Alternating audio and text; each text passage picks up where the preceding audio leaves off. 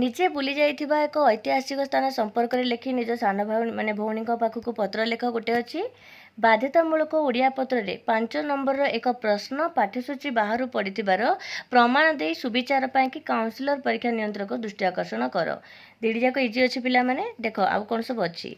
Grammar first ଦେଖିବା। ଆମର grammar ଅଛି ଆମର ଅକସ ରଖିବା। ରୂଢ଼ିର ଅର୍ଥ କ'ଣ? ଅକସ ରଖିବା ଜାଣିଛ, ଅକସ ରଖିବା ମାନେ ହେଉଛି ରାଗ ରଖିବା। ନେକ୍ସଟ ଦେଖ କ'ଣ ଅଛି। ଛାଇ ନ ମାଡ଼ିବା ରୂଢ଼ିଟି କେଉଁ ଅର୍ଥରେ ପ୍ରୟୋଗ କରାଯାଉଛି? ଛାଇ ନ ପାଡ଼ିବା ମାନେ ମାଡ଼ିବା ହେଉଛି ସମ୍ପର୍କ ନ ରଖିବା। ଛାଇ ନ ମାଡ଼ିବା ସମ୍ପର୍କ ନ ରଖିବା। ନେକ୍ସଟ ଯିବା। ପିଠିରେ ପଡ଼ିବା ରୂଢ଼ିର ଅର୍ଥ କ'ଣ? ଲେଖିବ କ'ଣ ଯେ ସାହା ହେବା। ସାହା ହେବା ମାନେ ପିଠିରେ ପଡ଼ିବା। ଉନ୍ନତି, ଉନ୍ନତିର ବିପରୀତ ଅର୍ଥବୋଧକ ଶବ୍ଦ। ଉନ୍ନତି ଲେଖିବ ଅବନତି। ଓକେ। ନେକ୍ସଟ ଦେଖ। ସାମ୍ୟ, ସାମ୍ୟର ବିପରୀତ ଅର୍ଥବୋଧକ ଶବ୍ଦ ହେଉଛି କ'ଣ? ଯେ ବୈଷମ୍ୟ। ଓକେ। ନେକ୍ସଟ ଯିବା। ବିଶ୍ରବାଙ୍କ ପୁତ୍ରଙ୍କୁ ଏକ ପଦରେ ପ୍ରକାଶ କଲେ କ'ଣ ହେବ? ବିଶ୍ରବାଙ୍କ ପୁତ୍ର ହେଉଛି ବୈଶ୍ରବଣ। ଓକେ। ନେକ୍ସଟ ଯିବା। ବିଶ୍ୱକୁ ଭ୍ରମଣ ବା ଭରଣ କରେ ଯେ ଏକ ପଦରେ ପ୍ରକାଶିତ। ବିଶ୍ୱ ଭରଣ। ନେକ୍ସଟ ଦେଖ କ'ଣ ଦେଉ ଅଛି ପ୍ରଶ୍ନ। ତରଣୀ, ଯେହେତୁ କି ତରଣୀରେ ହର୍ଷିକାର ଅଛି, ଆମର ତରଣୀ ମାନେ କ'ଣ ହେବ କହିଲ? ତରଣୀ ମାନେ ହେଉଛି ସୂର୍ଯ୍ୟ ହେଲା। ଯେଉଁଠି ତରଣୀ ଦୀର୍ଘଇକାର ଅଛି ସେଇଟା ହେବ ଆମର କ'ଣ? ନୌକା।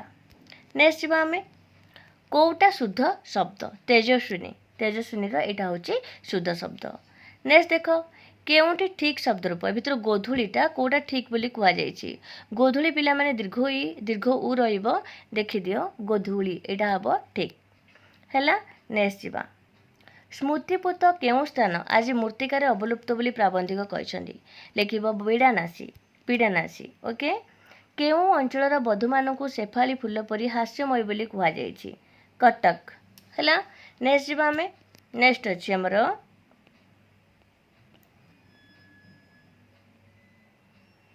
ଭୁଲ କହିଦେଲି ପିଲାମାନେ। କେଉଁ ଅଞ୍ଚଳର ବଧୂମାନଙ୍କୁ ଶେଫାଳି ଫୁଲ ପରି ବୋଲି କୁହାଯାଇଛି? ସମ୍ବଲପୁର ଅଞ୍ଚଳର। ଓକେ। ନେକ୍ସଟ ଯିବା। ଆଜିକାଲିର ଯୁଗକୁ କେଉଁ ଯୁଗ ବୋଲି ପ୍ରାବନ୍ଧିକ କହିଛନ୍ତି? ଯୋଜନା ଯୁଗ ବୋଲି ପ୍ରାବନ୍ଧିକ କହିଛନ୍ତି। ନେକ୍ସଟ ଦେଖ।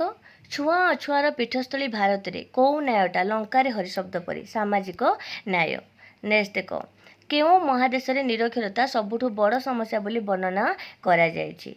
କହିଲ କେଉଁ ମହାଦେଶ? ଏସିଆ ମହାଦେଶ। ଓକେ। ନେକ୍ସଟ ଯିବା।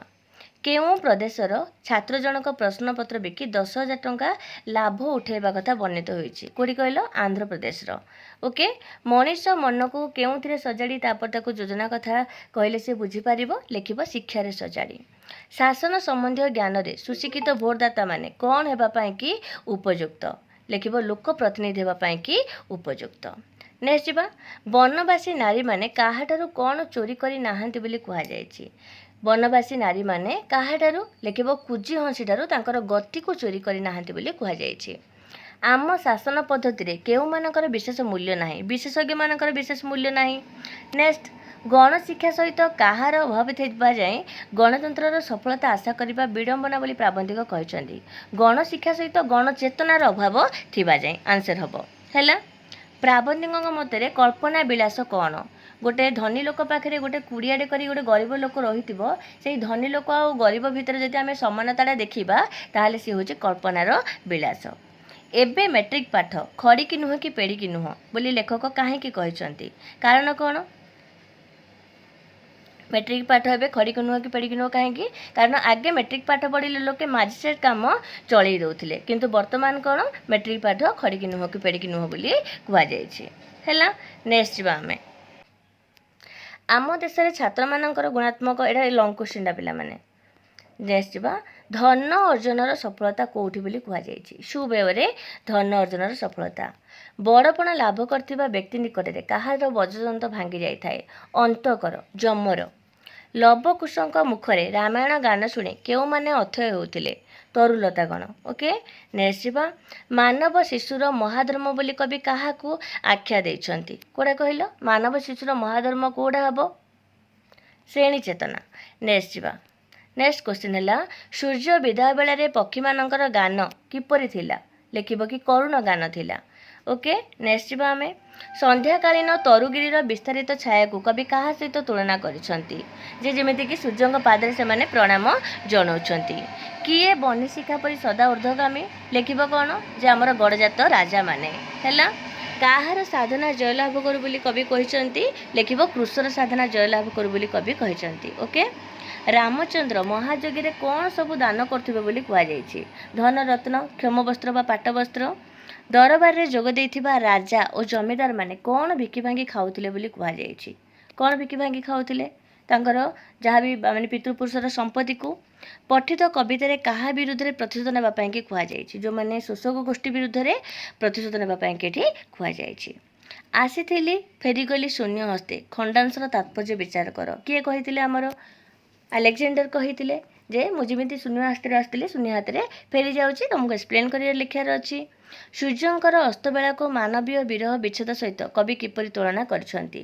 ନିଜର ଯେବେ ପୃଥିବୀଠାରୁ ଯେତେବେଳେ ସୂର୍ଯ୍ୟ ବିଦାୟ ନେଇଯାଉଛନ୍ତି ଯେମିତି ପୃଥିବୀ ପୃଷ୍ଠକୁ ଦୁଃଖ ଲାଗୁଛି, ସେହିପରି ଗୋଟେ ମଣିଷ ଯଦି ତାର ପ୍ରିୟଜନ ପ୍ରିୟ ସ୍ଥାନଠୁ ରହିକି ଦୂରରେ ରହିବ ତାକୁ ମଧ୍ୟ ସେଇ ଦୁଃଖ ଲାଗିବ। ଏଠି କବିଙ୍କ କଥା କୁହାଯାଇଛି। କବି ଯେତେବେଳେ ହଜାରୀବାଗ ଜେଲରେ ଥିଲେ ସେହି ସମୟର କଥା ଏଠି କୁହାଯାଇଛି। ହେଲା। 4 ଦିନ ଧରି ବରକନ୍ୟାଙ୍କ ମଧ୍ୟରେ କ'ଣ ଚାଲିଥିଲା? ପୂର୍ବାଳାପ ବା କର୍ଟସିପ୍ ଚାଲିଥିଲା। କଲିକତାକୁ କେଉଁ ଖଣି ବୋଲି କୁହାଯାଇଛି? କଲିକତାକୁ ଠକ ଗଣ୍ଠି କଟା ଖଣି ବୋଲି କୁହାଯାଇଛି। ମୃତ୍ୟୁ ପୂର୍ବରୁ ରାୟ ବାହାଦୁର କାହାକୁ ଆଶୀର୍ବାଦ ଦେଇଥିଲେ? ଲେଖିବ ବିଜୟକୁ। ଓକେ। ନେକ୍ସଟ ଯିବା। ଆକାଶର ଭବିଷ୍ୟତ ଅନ୍ଧକାର ବୋଲି କିଏ ଭବିଷ୍ୟବାଣୀ କରିଥିଲା? କିଏ କହିଥିଲା? କାହାକୁ କହିଥିଲା? ହେଲା। ନେକ୍ସଟ ଯିବା ଆମେ। ହରିଶ୍ଚନ୍ଦ୍ର ଘାଟ ପରେ କେଉଁ ଘାଟରେ ଡଙ୍ଗା ଲାଗିବ ବୋଲି କୁହାଯାଇଛି? ଦଶାଶ୍ୱମେଧ ଘାଟ। ଏକ ହତୋଷୀ ସଭ୍ୟତାର ଡଷ୍ଟବିନ୍ ବୋଲି କାହାକୁ କୁହାଯାଇଛି? କାହାକୁ କୁହାଯାଇଛି? ହତୋଷୀ ସଭ୍ୟତାର ଡଷ୍ଟବିନ୍ ବୋଲି ଡାଲମଣ୍ଡିକୁ କୁହାଯାଇଛି। କଚ୍ଛପଟି ନିଜର ଭାଗ୍ୟକୁ କାହିଁକି ଧିକ୍କାର କରୁଥିଲା? ଯେହେତୁ କି ସିଏ ବିହଙ୍ଗଟେ ହେଇନି, ବିହଙ୍ଗଟେ ହେଇଥିଲେ ସେ ଚାରିଆଡ଼େ ବୁଲିଥାନ୍ତା, ମାନେ ଚାରିଆଡ଼େ ବୁଲି ବୁଲି ସବୁ ଜାଗାକୁ ସେ ଯାଇପାରିଥାନ୍ତା। ଯେହେତୁ ସେ ବିହଙ୍ଗଟେ ହେଇନି ସେଥିପାଇଁକି ସେ କ'ଣ କରୁଥିଲା? ନିଜ ଭାଗ୍ୟକୁ ସେ ଧିକ୍କାର କରୁଥିଲା। ନେକ୍ସଟ ଯିବା ଆମେ। ଓଡ଼ିଶାରେ ବଳଙ୍କର କେଉଁ ଭାବରେ ନାମ ଡାକ ଥିଲା? ଗୋଟେ ଚିହ୍ନରା ଦଣ୍ଡିଦାର ଭାବରେ, ଧୂଆଁପତ୍ର ଚିହ୍ନରା ଦଣ୍ଡିଦାର ଭାବରେ। କଲିକତା ଧୂଆଁପତ୍ରର ନାମ ବାଲେଶ୍ୱରୀ ବୋଲି କାହିଁକି କୁହାଯାଇଥିଲା? କାରଣ ସେ ବାଲେଶ୍ୱର ବନ୍ଦରରେ ଘାଟ ଭିଡ଼ୁଥିଲା, ସେଠି ହିଁ ସବୁ ଆସୁଥିଲା ସେଥିପାଇଁକି। କେଉଁ କଥା ରାୟ ବାହାଦୁରଙ୍କ ଚରମ ପରାଜୟର ଘୋଷଣା କରୁଥିଲା? କେଉଁ କଥା କହିଲ? ଜୟ ସ୍ୱାଧୀନ ଭାରତ କି ଜୟ, ଏଇ ଧ୍ୱନିଟା। ହଂସ ଯୁଗଳ କଚ୍ଛପର ମନୋରଞ୍ଜନ ପାଇଁ କ'ଣ କରୁଥିଲେ? ଦୈନିକ ଘଣ୍ଟେ 2 ଘଣ୍ଟା ଦେଉଥିଲେ ତାର ମନୋରଞ୍ଜନ କରିବା ପାଇଁକି। ହେଲା। ନେକ୍ସଟ ଦେଖ କ'ଣ ଅଛି ଆମର।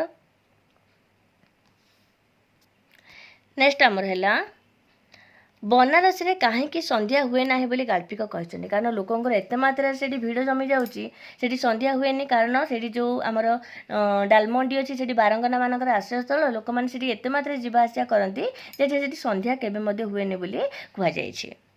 ରାୟ ବାହାଦୁର ଝରକା କବାଟ ଖୋଲି କ'ଣ ଦେଖିଥିଲେ? ଦେଖିଥିଲେ କ'ଣ? ଯେ ବିରାଟ ଜନତା ପଟୁଆରରେ ଯାଉଛନ୍ତି ଜୟ ସ୍ୱାଧୀନ ଭାରତ କି ଜୟର ଘୋଷଣା କରିକି। ହେଲା। ନେକ୍ସଟ ଯିବା ଆମେ। ଦେଖ ଆଉ କ'ଣ ସବୁ ଅଛି ଆମର। ଏଇଟା ତ ଥିଲା ସଂକ୍ଷିପ୍ତୀକରଣଟା ପିଲାମାନେ। ପେସେଜ ଗୋଟେ ଥିଲା ଆ ବଳଦ ମତେ ବିନ୍ଧ ଆଉ ଅନ୍ଧ ଦେଶକୁ ଗଲି ଦର୍ପଣ ବିକି। ଏଇଟା ମୁଁ କାଲି ତୁମକୁ କହିଥିଲି ପିଲାମାନେ, ବୁଝେଇ ଦେଇଥିଲି ଯେ ବିପଦକୁ ଡାକି ଆଣିବା। ତା ସହିତ ଥିଲା ଆମର ସଂକ୍ଷିପ୍ତୀକରଣ। ହେଲା। ଏତିକି ଥିଲା ତୁମର ଡି ସେଟ୍ର କ୍ୱେଶ୍ଚିନ୍ ଆନ୍ସର୍। ସମସ୍ତେ ମ୍ୟାଚ୍ କରିଦିଅ, କେତେ କ'ଣ ଠିକ୍ କରିଛ କେତେ କ'ଣ ଭୁଲ କରିଛ। Okay. Good luck to all.